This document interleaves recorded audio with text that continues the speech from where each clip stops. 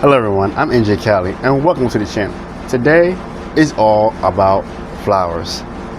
Come with me and let's take a tour and see what flowers are growing in our garden. Remember to like, share, and subscribe. Well, NJCali squad, I want to show you one of our perennials, and that is we're starting it off with the azaleas. I have been growing the azaleas flower shrub for about, I believe, I'm gonna say 2 years. It might have been longer than that, but I'm gonna be fair and say 2 years. We have two of the same um, species and exact color and whatnot, and one of them died last year. And this is known as Happy Violet. It's like a violet, almost purplish color, and it looks amazing when it's in bloom. This one I brought back to life. The other one did not make it at all. But what I do know, if you have pets around your home that goes around your yard, front yard, or even garden, you're gonna be careful not to have this plant because or flower, because it is considered to be poisonous to certain animals. So just be careful with that. And back of it is one of my favorite perennials and flowers. That's a shade flower, considered a shade flower, and that is the hydrangea. There's two, I believe, two different species of hydrangea. We have one of them. I'm not going to butcher the name of it, but I do know that this is a lovely flower. And one of the things I do know about the hydrangea is that you can change the color of the flower. I believe you have to use acidic soil. Don't quote me on that. Do your research. But I do know for the azaleas, they love acidic soil. I have not talked to Lady NJ about this because she probably gonna say I already have too much in the garden already, but I'm thinking about getting another hydrangea.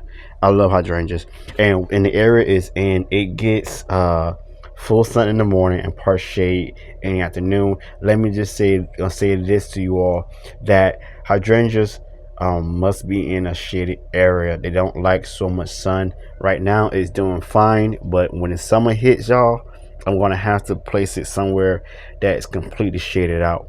Let me move on very quickly and show you our annual here. We have chamomile. Now, let me just say this. I grow different varieties of annual flowers. This year, that's not the case. So it's a little bit different throughout the year. But this one is chamomile. This is considered medicinal because you can use it as a tea. Some people put it in a sleeve when they mix in like a lotions and whatnot, or a sleeve oil, those type of things, aromatherapy sessions and all that other stuff. So that's with chamomile. There are about 3 different varieties of chamomile. I know of 2. This is German, and we have Roman as well. But I only have German. Let me just be clear on that. I only have German. And right now I can pluck up the buds and whatnot and dry them off and make a tea out of it. So let me show you the other flowers in our garden. Here in front of you, family, is another perennial. And this is a cousin to the hispis family. And I'm thinking it's also a cousin of the mint family, but I may be wrong. But I definitely know it's the cousin of the hispis family. And it is right now starting to come back to life. It died during the winter time, which is fine because it is perennial in our growing zone, Zone 9B, in the state of California where we are. And this is known as Hummingbird Mint. Hummingbird Mint.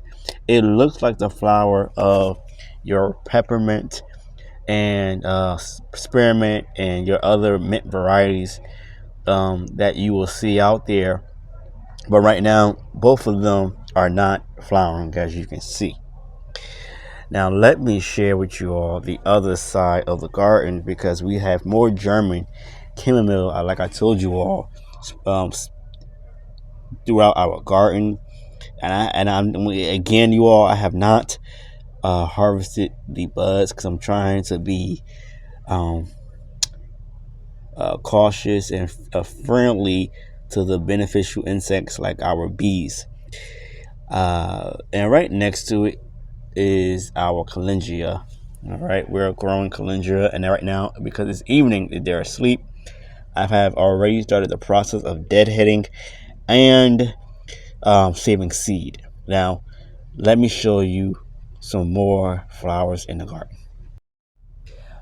As I mentioned before, there is chamomile spread in the garden, and here is some more German chamomile in a window box. As you can see, again, we did not harvest the flower buds, the flower heads yet. I'm thinking about doing that to make some tea in the future. So yeah, but I'm trying to be mindful of our beneficial insects like our bees and whatnot, so they can get their grub on. But let me show you another perennial, and that is our hybrid tea rose. This is known as good as gold. It has a beautiful blossom. Like it goes from like a peach color, apricot color to like a pinkish color after it's full blossom. And right now, I just deadheaded the flower heads off the shrub and whatnot. But this variety can grow in a container. There are several different varieties of roses out there. I love the English roses and the climbing rose, but I am new to really growing roses and learning a lot. So in the future, there will be um, container roses, the ones that you can grow in the ground, and then I'm gonna have a climbing rose as well. That's my dream and desire. So let me show you the other rose that's actually blossoming right now a little bit, and that is white honor. White honor is a prolific grower. As you can see, it has more buds than our good as gold, and right, you can't really see it on my camera here, but as you can see, like if you was in person, you would be flawed.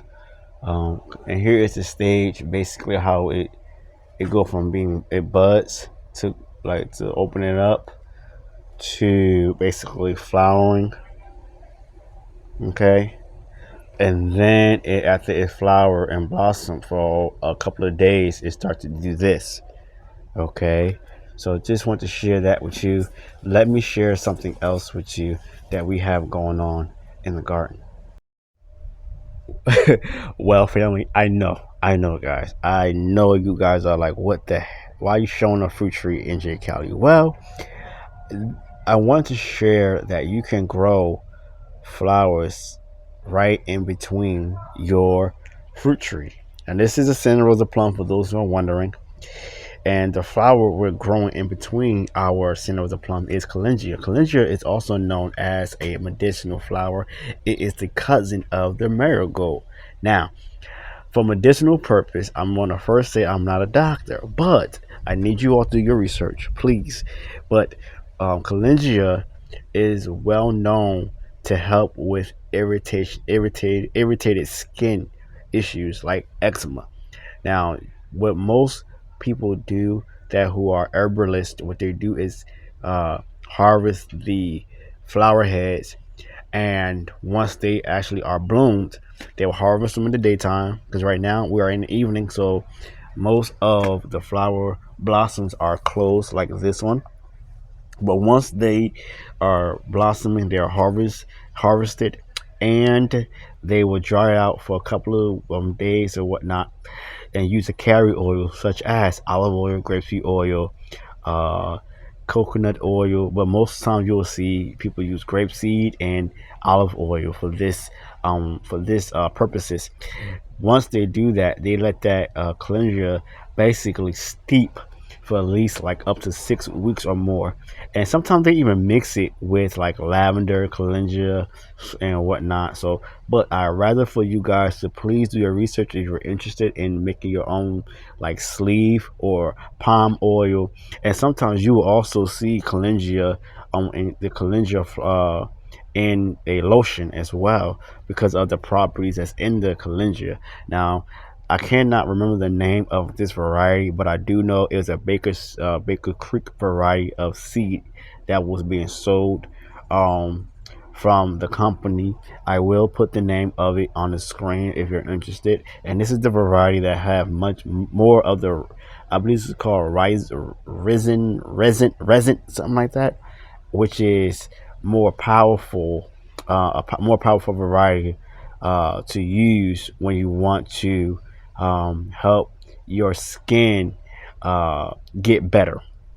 All right, but you also not only can grow this for medicinal purposes, but it also help with aphids and other pests in the garden as well. Let me show you something that is very important that everyone and anyone should be doing in the garden. Well, family, before we go, the last flower I want to show you is cilantro. Now, you can allow your herbs and even your brassicas to grow the flower, okay? And that's what we have going on here. Excuse the loud noise. I'm sorry. The AC kicked on. But I do want to share with you all that sometimes things happen out of your control. And nature knows what's best. The Lord knows what's best for you. And so he allowed the cilantro to go to flower. And if you did not know that coriander is actually cilantro seeds. So when you see coriander at your grocery store, just know that it's also cilantro, and that you can use it as the seed in your cuisine, or you can use it as powdered form. Now, if you're a person that wants to see flowers in your garden, and you have a fall winter garden, allow your brassicas to go to flower, such as your mustard. Okay, that will also help the bees to come and pollinate your garden in the spring as spring approaches. Okay. Well, everyone, that ends today's content. I want to say thank you all that watched today's video. Remember to like, subscribe, and share. Once you subscribe, you are family. So welcome to the family. Also, guys, I do want to mention that there's a lot of annuals, flowers that we do grow that we did not grow this year. And also throughout the year, we choose different variety of like fall, winter flowers in our garden. Again, we did not grow a lot this year because I put a lot on hold.